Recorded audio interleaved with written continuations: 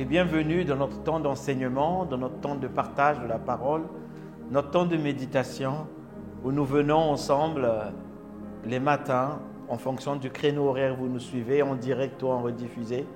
Nous venons méditer ensemble, partager la parole ensemble, prier pour mieux connaître Dieu. Nous venons essayer d'aller dans la parole un peu plus en profondeur, dans les détails, pour essayer de saisir les choses que nous n'avions pas compris auparavant et que le Saint-Esprit, notre enseignant, décide de nous enseigner. Alors sans plus tarder, nous allons incliner la tête et nous allons recommander ce temps entre les mains du Seigneur. Tendre Père, glorieux Père, notre Père tout-puissant, es-tu omniscient, omniprésent, toi qui es Dieu dans le ciel, sur la terre et partout, toi qui es le Dieu dans le passé, le présent, le futur, toi qui habites hors du temps, toi qui es éternel et que tu es notre Père. Nous venons, tendre Père, te dire merci. Merci déjà pour la vie depuis que nous avons quitté nos lits. Merci pour la vie depuis le début de ce jour, depuis le début de ce mois. Merci pour la vie depuis le début de cette année. Nous valorisons la vie que tu nous donnes et nous te bénissons, Seigneur. Oh, Papa, par le sang de Jésus-Christ, nous sommes là devant toi, justes et justifiés. Nous venons devant ton trône, Seigneur, te dire, enseigne-nous, parle-nous, touche-nous et transforme-nous par ton esprit. Voilà pourquoi nous demandons au Saint-Esprit de prendre le contrôle maintenant. Cher Saint-Esprit, parle, prends le contrôle, c'est ton tour. Porte les paroles de cet enseignement, porte les paroles de ce message que toi-même tu as inspiré vers les cœurs au travers le monde. Que ces paroles touchent et transforment les vies. Que toi seul tu sois le maître et que tu commandes. Esprit de Dieu, tu es le bienvenu. Agis maintenant. Glorifie le nom de Jésus.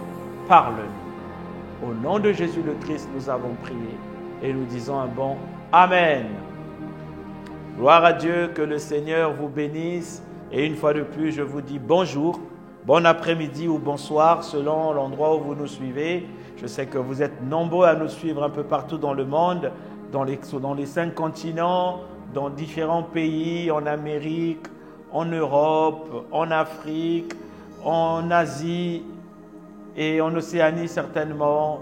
D'ici là que nous commençons à traduire tous ces messages en anglais et en d'autres langues, le Seigneur lui-même portera encore ces messages au plus loin. Amen. Alors je bénis Dieu pour vos vies, pour vos pasteurs, pour vos pères dans la foi. Je bénis Dieu pour vos églises et je rends grâce à Dieu pour tous les pères dans la foi que nous avons. Ces pères-là qui ont pris le temps de nous former, ces pères-là que Dieu nous demande d'honorer. Honorer de tels hommes, la Bible dit. Voilà pourquoi je bénis le Seigneur pour les pères dans la foi, les pères que vous avez dans les églises. Parce que, comme dit la Bible, la main d'association nous a été donnée afin de porter et de faire ensemble ce travail. Et plus que tout, je rends grâce à Dieu pour vos vies. Je suis content de voir ce que le Seigneur fait, le nombre de messages qui sont partagés, qui va en grandissant et le bien que le Seigneur nous fait au travers de sa parole.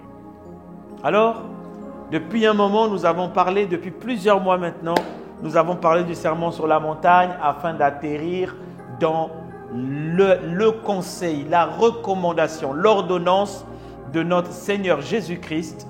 Il a dit dans Matthieu 6, verset 33, « Recherchez, cherchez premièrement le royaume et la justice de Dieu, et toutes ces choses vous seront données. » Et nous avons pris le temps d'étudier le royaume en premier rapidement. Nous avons parlé, il y a encore tellement de choses à dire sur le royaume. On a parlé du royaume, ce que c'était le royaume, ce gouvernement. Nous avons parlé de la culture du royaume, du grand roi qui, lui, c'est pour lui qu'il y a un royaume, de l'étendue, de l'éducation dans le royaume, du système financier du royaume. Nous avons parlé de la gestion financière dans le royaume et nous avons terminé en parlant du gouverneur du royaume et comment mener une vie dans le royaume.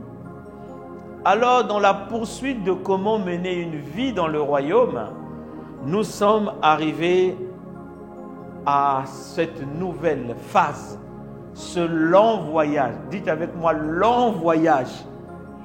Voilà, un long voyage que nous allons maintenant commencer parce que la Bible dit « Cherchez premièrement le royaume et la justice de Dieu.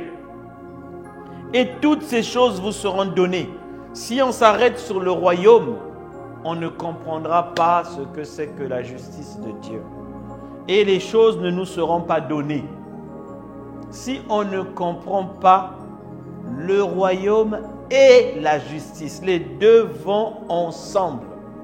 Pas le royaume d'une part, pas la justice d'une seconde part. Le Seigneur a dit, recherchez premièrement, numéro 1, royaume et justice. Il n'a pas dit numéro 1, royaume ou numéro 2, justice. Parce que si nous faisons l'un sans comprendre l'autre, il y a tellement de dégâts qui vont se produire. Tellement de dégâts. Alors nous allons commencer ce long voyage sur la justice de Dieu que je sens déjà palpitant, émouvant. Parce que comprendre la justice de Dieu, qui est un livre que je sortirai bientôt par la grâce de Dieu, comprendre la justice de Dieu est fondamental pour la vie d'un chrétien. Fondamental pour toi. Fondamental pour moi. Parce que dans un pays, si nous ne comprenons pas la justice d'un pays, nous allons souffrir. Souffrir et nous n'arriverons pas à bien vivre dans ce pays. Nous finirons certainement en prison ou emprisonnés, comme beaucoup d'êtres humains spirituellement emprisonnés, ou comme encore beaucoup de chrétiens, bien qu'étant libres, ne sachant pas ce que c'est que la justice de Dieu. C'est l'un des thèmes les plus importants de la Bible. C'est l'un des thèmes les plus importants. Dis avec moi, plus important. Les chrétiens vivent des vies en décadence. Un coup ça va, un coup ça va pas. Un coup ça va, on dit mais Jésus a tout fait pour moi à la croix. Comment ça va pas? Comment je n'arrive pas à me libérer de tel point, de telle chose? La réponse se trouve. Je dis bien la réponse. Il est rare que je dise là. Il est rare que je définisse les choses. Parce qu'on ne connaît qu'en partie. Mais quand je vous dis la réponse se trouve, ça veut dire que vraiment la réponse se trouve dans la compréhension du royaume et la justice de Dieu. Dans la compréhension du royaume et de la justice de Dieu. La réponse se trouve là. Alors nous allons expliquer pourquoi. Regardez, la Bible dit dans le livre de Romains 10 au verset 3 à 4.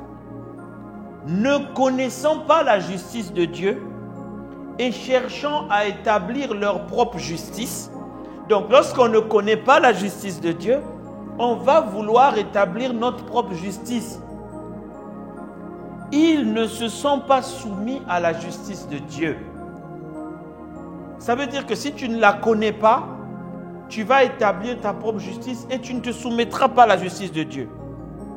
Donc, car Christ est la fin de la loi, pour la justification de tous ceux qui croient. Vous voyez, si on ne comprend pas, on va établir notre propre justice. Alors, qu'est-ce que la justice en passant? La justice, c'est ce qui régit un pays et son fonctionnement. C'est l'ensemble des lois, des décrets, de tout ce qui est fait et qui disent comment les choses doivent fonctionner. La justice de son, là je vous lis ce qui vient des recherches, hein, l'étymologie du mot justice, c'est justia. Donc, iustia est un mot féminin qui veut dire conforme au droit. Et juris, pour dire justice au début, qui veut dire le droit. Le droit. C'est de là qui est tiré le verbe jurare en latin qui veut dire jurer, qui désigne une parole sacrée. C'est aussi de ces mêmes racines qu'est tiré le mot juge, qui veut dire celui qui montre. Donc la justice tient compte de ce qui est droit et de comment les choses doivent fonctionner. La justice parle aussi du fait de s'engager et de respecter ces choses-là. La justice parle aussi de celui qui est là et qui doit montrer un chemin. Entre guillemets, la justice parle du fonctionnement d'une maison, si c'est la justice d'une maison, d'un État, si c'est la justice d'un État, la justice d'un royaume, si c'est la justice d'un royaume. C'est au sein de la justice, souvenez-vous, lorsqu'on a parlé du royaume, on a parlé des pouvoirs, des autorités.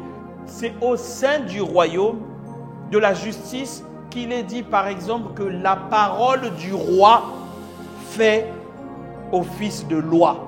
C'est-à-dire que c'est dans la justice que cela est écrit. La justice est tellement importante dans un pays que même quand il y a vous voyez, dans un pays, quand on doit nommer un haut dignitaire, ou on doit faire des choses sur le pays, on commence par vu la Constitution, vu le décret numéro tant, vu ceci, cela, vu. C'est-à-dire on doit s'appuyer sur les textes de loi afin même d'agir ou de nommer ou de décider. Vu le décret tant, vu l'arrêté, vu. Donc la justice est vraiment cette façon de faire fonctionner un pays, faire fonctionner un État. Dans notre cas, si nous ne comprenons pas la justice, nous souffrirons. On peut venir nous prêcher, je peux venir vous prêcher beaucoup de messages.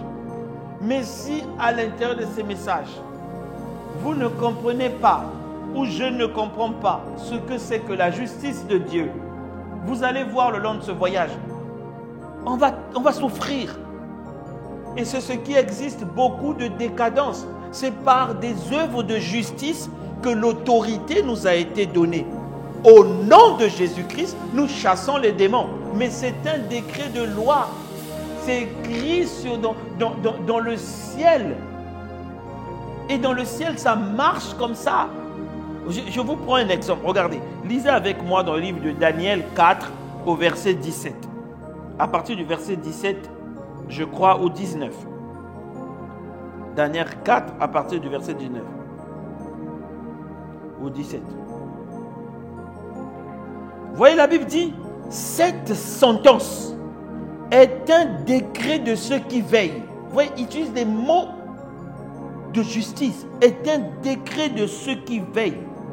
Une résolution, cette résolution est un ordre des saints afin que les vivants sachent que le Très-Haut domine sur le règne des hommes et qu'il donne à qui lui plaît et qu'il élève le plus vil des hommes.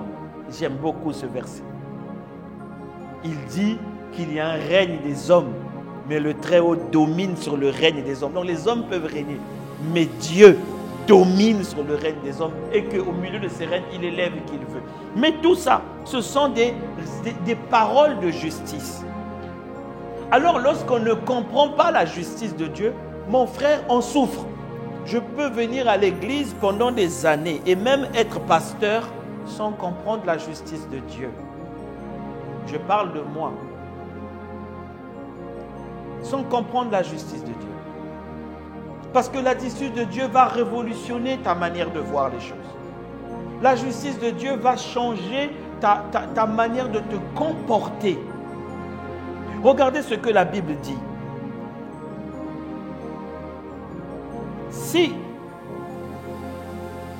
par l'offense d'un seul, la mort a régné, dans Romains 5, 17, à plus forte raison, ceux qui reçoivent l'abondance de grâce et le don de la justice régneront-ils dans la vie par Jésus-Christ lui seul. Ça veut dire, il n'a pas dit vous régnerez après votre vie sur la terre.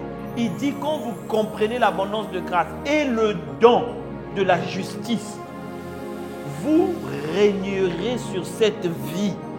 Vous allez dominer dans cette vie. Régner, on vous appellera roi, fils du Très-Haut roi. si vous comprenez, ceux qui reçoivent, la Bible dit à combien plus forte raison ceux qui reçoivent, ceux qui lambano, ceux qui saisissent, ceux qui s'approprient le don de la justice. La grâce est disponible, l'abondance de grâce est là. La Bible dit ceux qui reçoivent, normalement en français c'est écrit l'abondance de grâce, mais en hébreu, en grec c'est écrit ceux qui reçoivent abondance de grâce. C'est-à-dire que la grâce abondante a déjà été répandue par Jésus-Christ.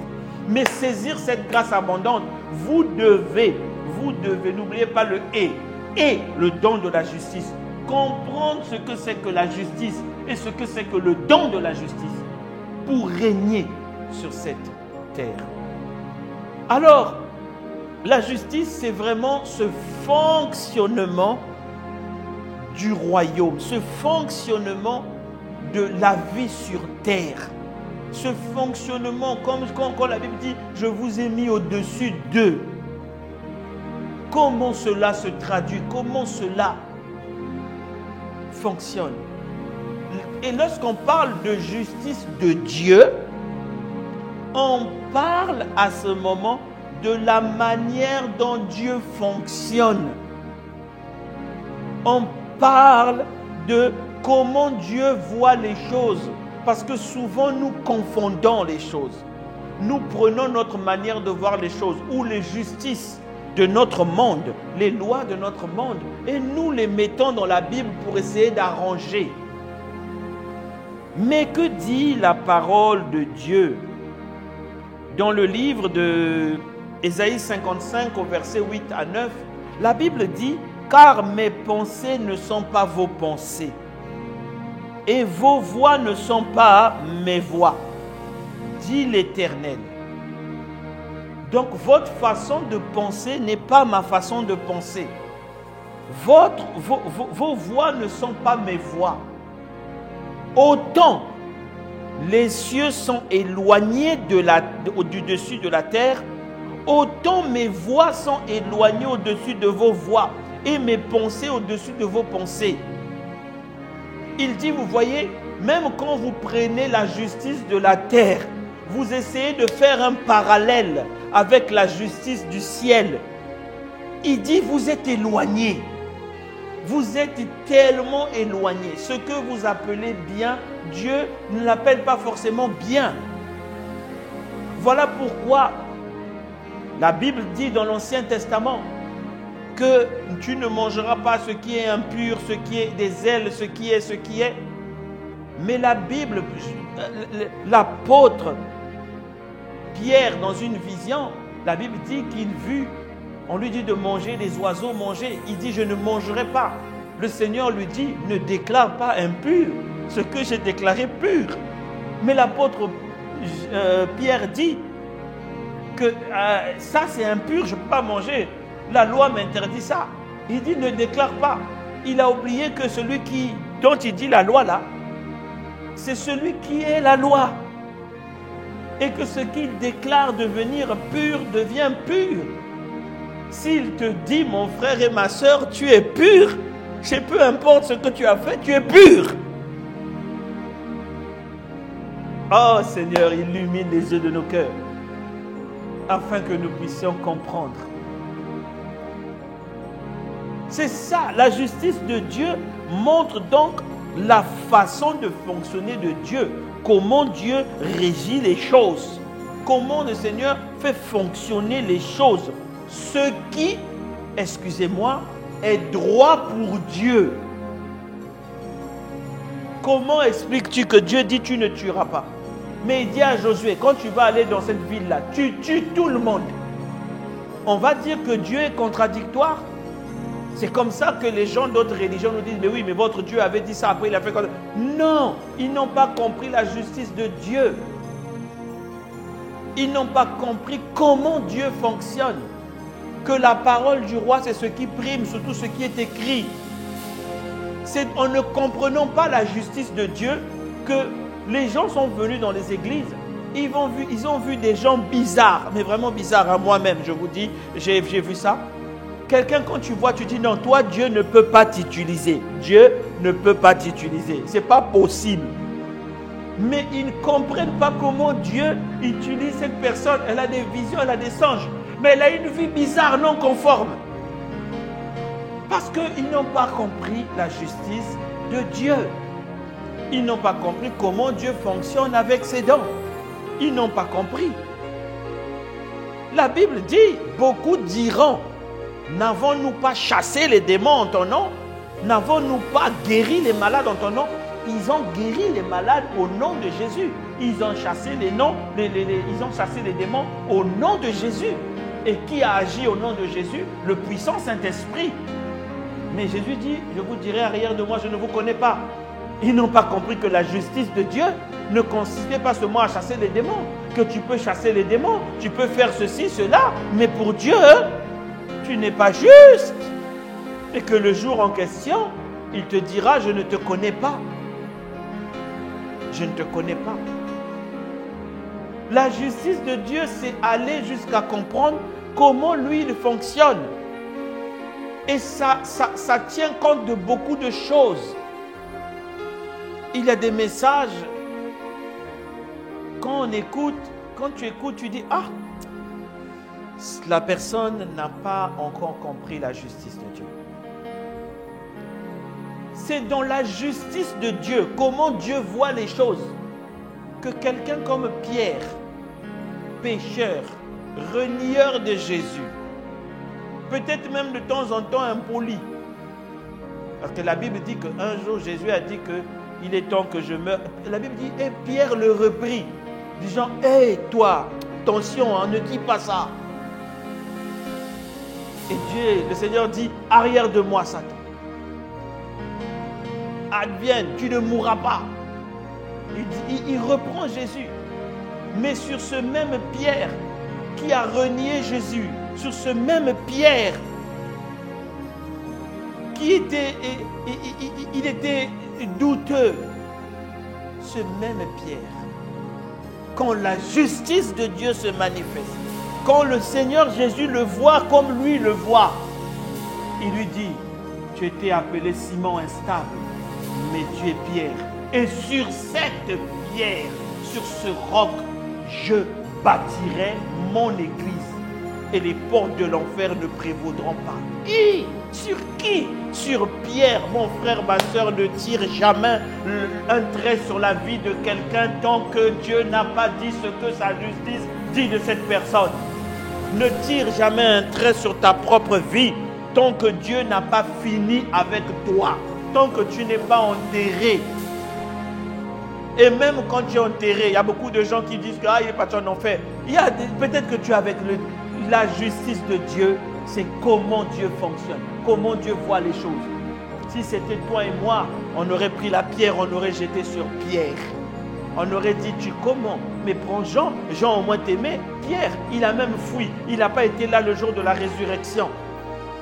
Mais dans la justice de Dieu, Dieu le voyait conforme, juste, un homme stable qui allait ressusciter Tabitha, un homme qui allait prêcher la parole, un homme qui allait se tenir debout et 3000 âmes. Il ne voyait pas ce que voient les hommes. La justice de Dieu montre comment Dieu voit les choses. Ne mets pas un trait sur la vie de quelqu'un. Tant que ce n'est pas fini, tu vas mettre les mains sur la tête, tu mettras les mains sur la bouche, tu diras ça. C'est le doigt de Dieu et tu te répondras, tu te repentiras parce que tu n'as pas compris la justice de Dieu. C'est dans la justice de Dieu que le Seigneur dit, allez et apprenez. Jésus a dit ça, ce que signifie je prends plaisir à la miséricorde plus qu'au sacrifice. Il dit allez, parce que c'est dans la justice de Dieu qu'on comprend le cœur miséricordieux de Dieu. Le cœur miséricordieux du Père. On va étudier la miséricorde dans la justice de Dieu. Le cœur, l'état du cœur du Père. C'est dans la justice de Dieu que toutes ces choses se font. Alors la Bible nous dit, beaucoup de choses dans la Bible font référence à la justice. Beaucoup de choses. Vous voyez, la Bible nous parle du jugement dernier. Ça parle de quoi? D'une justice, d'un tribunal. Le jugement dernier. 2 Corinthiens 5, verset 9 dit: c'est pour cela aussi que nous nous efforçons de lui être agréables, soit que nous demeurions dans ce corps, soit que nous le quittions, car il nous faut comparaître devant le tribunal de Christ. Le tribunal, c'est là où on fait valider la justice et ce qui est conforme, ce qui n'est pas conforme. Et notre vie, constamment, on doit être conscient de la notion de justice. Dans un pays qu'on dit on va à la justice, c'est-à-dire qu'on va là-bas, on va nous juger, on va voir si on a bien fait les choses, c'est là où on va condamner les gens. Et la Bible est remplie de termes de justice. Il nous faut comparer devant le tribunal de Christ, afin que chacun reçoive selon le bien ou le mal qu'il aura fait étant dans son corps. Amen. La Bible parle d'un tribunal, d'une justice, avec un juge, où le juste juge, c'est Dieu. Jérémie 11, verset 19. J'étais comme un agneau familier qu'on mène à la boucherie, et j'ignorais les mauvais desseins qu'il méditait contre moi, détruisant les arbres de son fruit, retranchant de la terre les vivants, et qu'on ne se souvienne plus de son nom. Mais l'Éternel des armées est juste juge. Ça veut dire que Dieu, constamment, il est en train d'appliquer la justice. Constamment, il est en train d'intervenir dans les affaires des hommes. Il dit, il est juste juge, qui sonde les cœurs et les reins. Je ferai ta vengeance s'exercer contre eux, car c'est à toi que je confie ma cause. On s'appuie sur le juste juge. Il y a des quand Dieu agit sur la terre, il peut agir en tant que Père, il peut agir en tant que Dieu tout-puissant, mais il agit beaucoup en tant que juste juge. Il rentre pour dire non, ça ce n'est pas ok. Je te dis déjà là où tu es. Dans ta vie, le juste juge s'apprête à intervenir maintenant. Il dit assez, c'est assez. Il faut maintenant que ça change. Le juste juge. Mais la Bible nous parle encore des termes de justice, comme les avocats. Le paraklétos, la léos paraklétos, le paraclète, c'est notre défenseur, notre avocat, le Saint-Esprit. Mais la Bible utilise encore un deuxième avocat. Dans le tribunal, là, on a 2 avocats. On a un avocat qui est avec nous, qui est le Saint-Esprit. Mais on a un autre avocat. Un autre avocat. 1 Jean 2, verset 1 dit quoi? Mes petits enfants, je vous écris ces choses afin que vous ne péchiez point. Si quelqu'un a péché, écoute-moi, toi qui vis dans le tourment, dans l'accusation. Écoute-moi, toi aujourd'hui qui dis, est-ce que à qui le diable est en train de dire, tu as fait ça, tu n'as plus le droit. La Bible dit, si quelqu'un a péché, nous avons un avocat. Un avocat auprès du Père. Qui?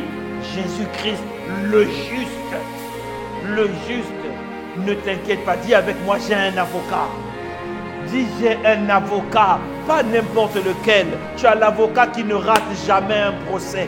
Tu as l'avocat qui est toujours là. Et lui, il n'est pas assis au banc des accusés. Lui, il n'est pas avec toi dans la salle là où on t'a accusé.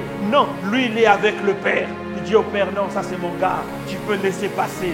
Tu peux laisser passer. C'est mon gars. Il est pardonné. Que le Seigneur se manifeste en juste juge. Que le Seigneur se manifeste en avocat dans ta vie. C'est comme ça que tu dois prier. Mon avocat, Jésus-Christ. Mais la Bible parle aussi de quelqu'un qui tous les jours t'accuse, qu'on appelle l'accusateur. Celui qui vient te faire culpabiliser quand tu fais une faute. Celui qui vient te dire tu n'es pas digne. Celui-là qui vient te montrer ton offense. La Bible dit, Apocalypse 12, verset 9, il fut précipité, il fut jeté, le grand dragon, serpent ancien, appelé le diable et Satan, celui qui séduit toute la terre. Il fut précipité à terre et ses anges furent précipités avec lui. J'ai entendu dans le ciel une voix forte qui disait, maintenant le salut est arrivé et la puissance et le règne de notre Dieu et l'autorité de son Christ, car il a été précipité, l'accusateur de nos frères. l'accusateur est précipité. Dis avec moi, l'accusateur est précipité. Celui qui t'accusait est précipité. Celui qui les accusait devant notre Dieu, jour et nuit. Ah, il n'est pas digne. Ah, il n'est pas digne. Il va là-bas, il va t'accuser. Il revient chez toi, il va accuser. Il va toucher tel frère, telle sœur pour venir te dire, toi là, Dieu t'a déjà rejeté. Toi là, tu n'es plus capable de rien. Toi là, on met un trait dans ta vie. Tu as vu ce que tu as fait. Tu as vu, il n'y a plus de... Non, l'accusateur des frères a été rejeté. Il a été précipité, l'accusateur. Il ne peut plus t'accuser devant le trône de la justice de Dieu. Alors, il y a des termes qui font office de justice. Le mot témoin, mais la Bible dit dans Acte 1, verset 8, « Mais vous recevrez une puissance, le Saint-Esprit survenant sur vous, et vous serez mes témoins. » Mais un témoin, on l'appelle où? On l'appelle sur un tribunal de justice. On l'appelle sur un tribunal de justice. Vous serez mes témoins. À Jérusalem, en Judée, dans la Samarie, jusqu'aux extrémités de la terre. Dis, je suis un témoin de Christ. Je suis un témoin, celui qui témoigne de Christ. Tu quittes le statut des accusés, tu rentres dans le statut des témoins. Des témoins. Ceux qui sortent du tribunal et disent, je peux témoigner que Jésus est vraiment notre avocat. Il est vraiment notre défenseur. Parce que tu quittes un terme de témoin. La Bible parle, on va terminer avec ça, des instruments de justice et des régimes de justice. Romains 6, verset 13. Ne livrez pas vos membres au péché comme des instruments d'iniquité, mais donnez-vous même à Dieu comme étant vivants de mort que vous étiez, et offrez vos membres comme des instruments de justice. Je suis la justice de Dieu en Christ. Dis avec moi, je suis la justice de Dieu en Christ. Je suis un instrument de justice pour Dieu. Et le verset 14 dit, car le péché n'aura point de pouvoir sur vous, puisque vous êtes non sous la loi, mais sous la grâce. Ça s'appelle des régimes de justice. Vous voyez quand on dit le président a gracié quelqu'un, ça veut dire que la justice lui donne le droit de dire lui, il ne sera plus condamné, effacer son casier judiciaire,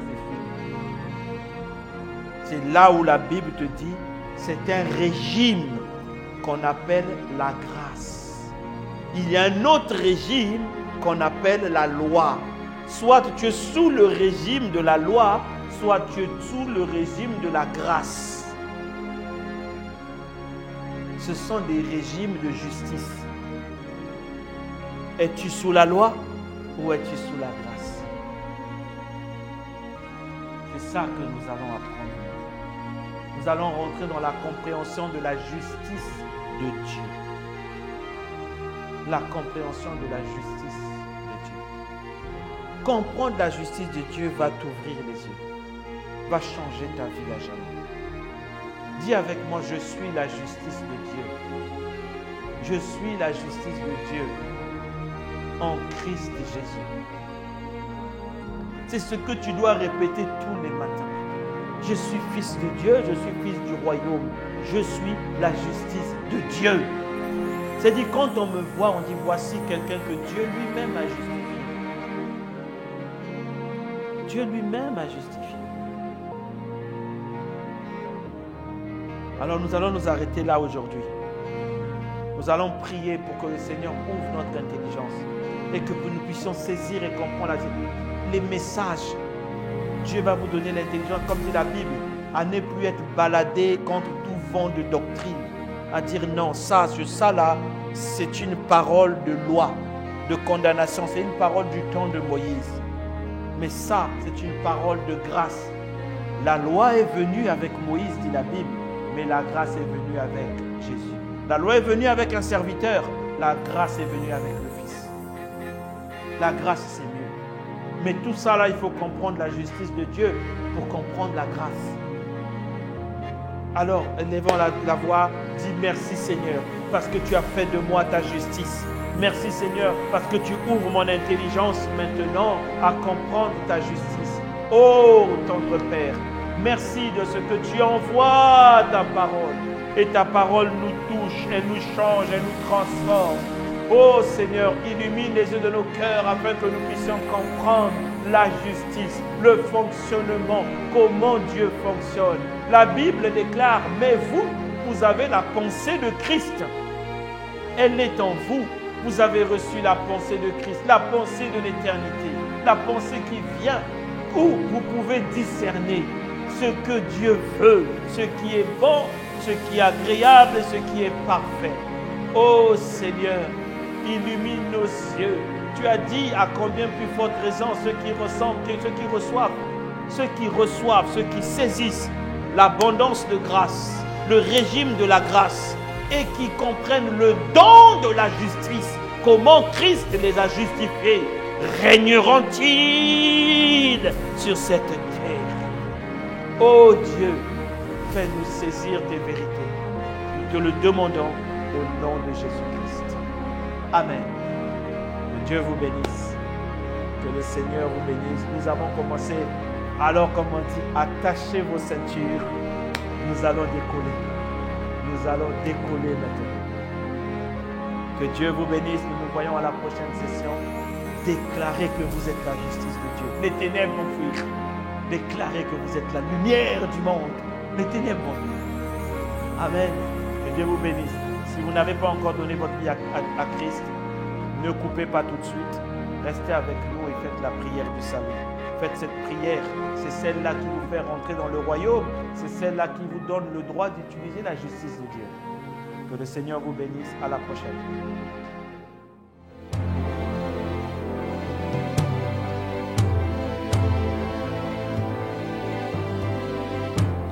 Ô Seigneur Dieu, je crois en ton Fils Jésus-Christ. Je crois qu'il est mort pour moi et que Dieu l'a ressuscité d'entre les morts. Je confesse de ma bouche que Jésus-Christ est le Seigneur de ma vie. Dès maintenant et pour toujours. Je donne ma vie à Jésus-Christ dès aujourd'hui et j'ouvre mon cœur par la foi et reçois le salut.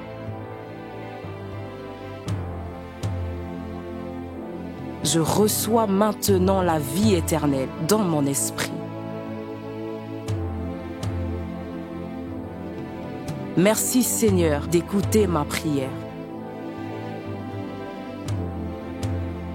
Mes péchés ont été lavés par le sang de Jésus.